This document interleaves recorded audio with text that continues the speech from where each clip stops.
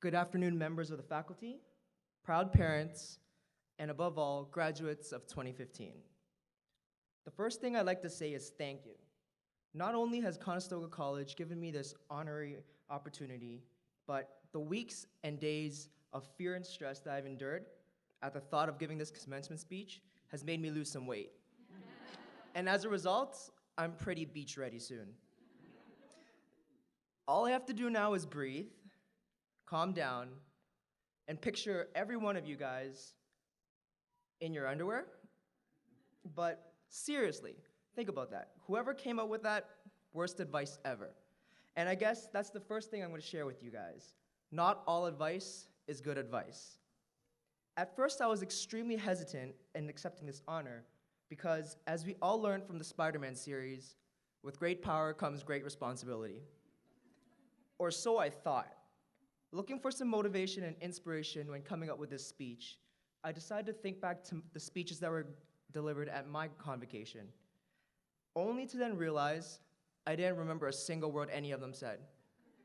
With this new incredible discovery, it allows me to continue talking to you all today without having any fear whatsoever of potentially negatively influencing this generation for the sake of society.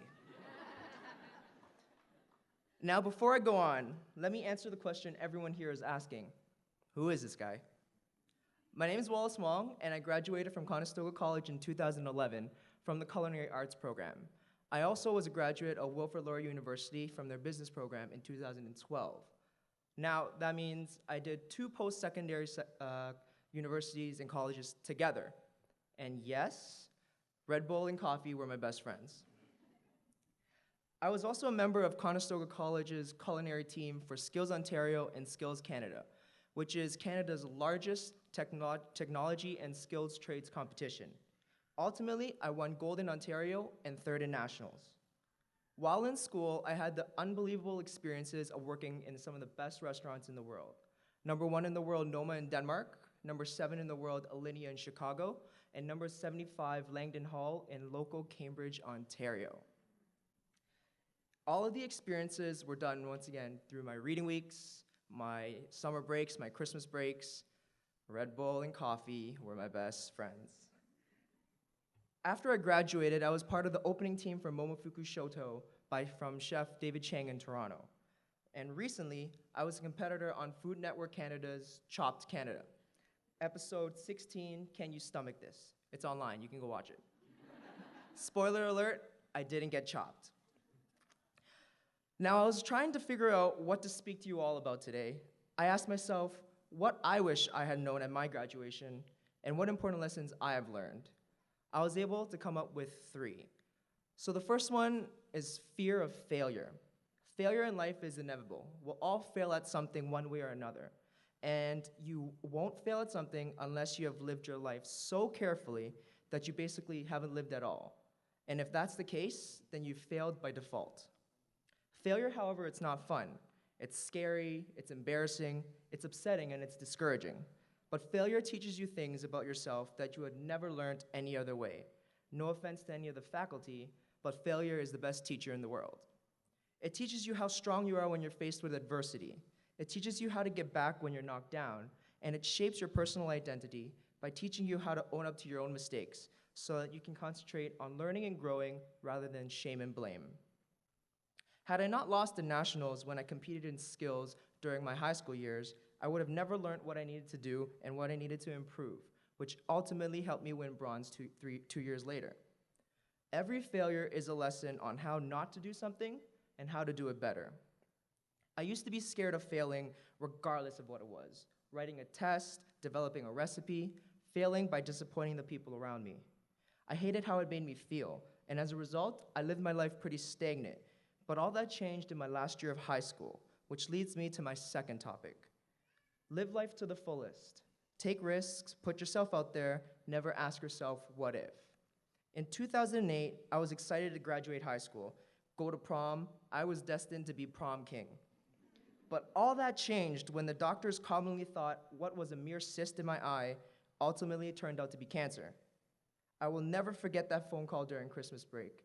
Hearing the doctors say those words, breaking the news to my family, and ultimately seeing them break down in front of me. I remember thinking to myself, is this it? Game over? Am I going to die? I hadn't even done anything in life yet. I haven't traveled. I haven't scuba dived with man-eating sharks. Heck, I haven't even had a girlfriend, let alone graduate. So once again, fear of failure kicked in. This time, it was fear of failing everyone around me by leaving their side way too soon. It was at that moment that my life changed. I learned that it was God's way of telling me, hey, if you're not gonna use what I gave you, I'm gonna take it away from you. And it was then that I said I beat cancer. I say that because I believed I would, and I knew that this was not the end for me. I had so much more to do and so much more to offer. I didn't want to graduate without my friends, so I made the decision to go to school while going through my radiation and chemotherapy treatments.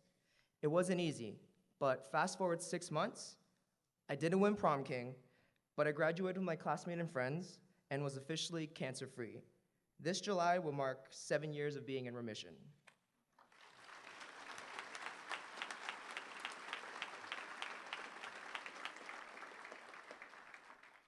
Strangely enough, having cancer was actually the best thing to happen to me, because if it wasn't for cancer, I wouldn't be living my life the way that I do now. It was a wake-up call. I no longer let myself ask the question, what if? If there's an opportunity worth taking, I'm taking it. I try to live life to the fullest and not to be average, because life is too short to be average. From firsthand experience, at any moment in time, life can be taken away from you, just like that. Now, as I had mentioned, I had cooked all over the world. I competed on television, and as a result, I've made and met some really great friends in the culinary industry. I'm very blessed to have one of my friends today. I'm very blessed to have made one of my really great friends, who, when I told him that I was going to be delivering this speech to you guys today, he said he was going to fly to come see me. Now, you all may know him by his British accent, maybe as a Michelin star chef, maybe his television shows, or even his colorful vocabulary. He is the chef of Hell's Kitchen. Everybody, please rise and join me in welcoming my good friend, Chef Gordon Ramsay.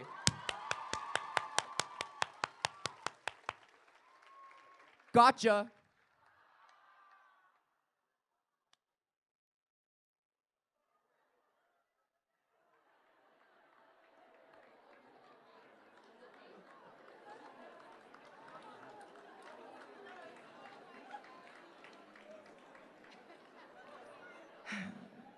All right, and that brings me to my last topic, which is have fun. Live life, laugh, enjoy each day, because each day is a blessing. When you find something that makes you happy, success in all forms will inevitably follow. Lastly, we all have 24 hours in a day. How you choose to use those 24 hours are really up to you.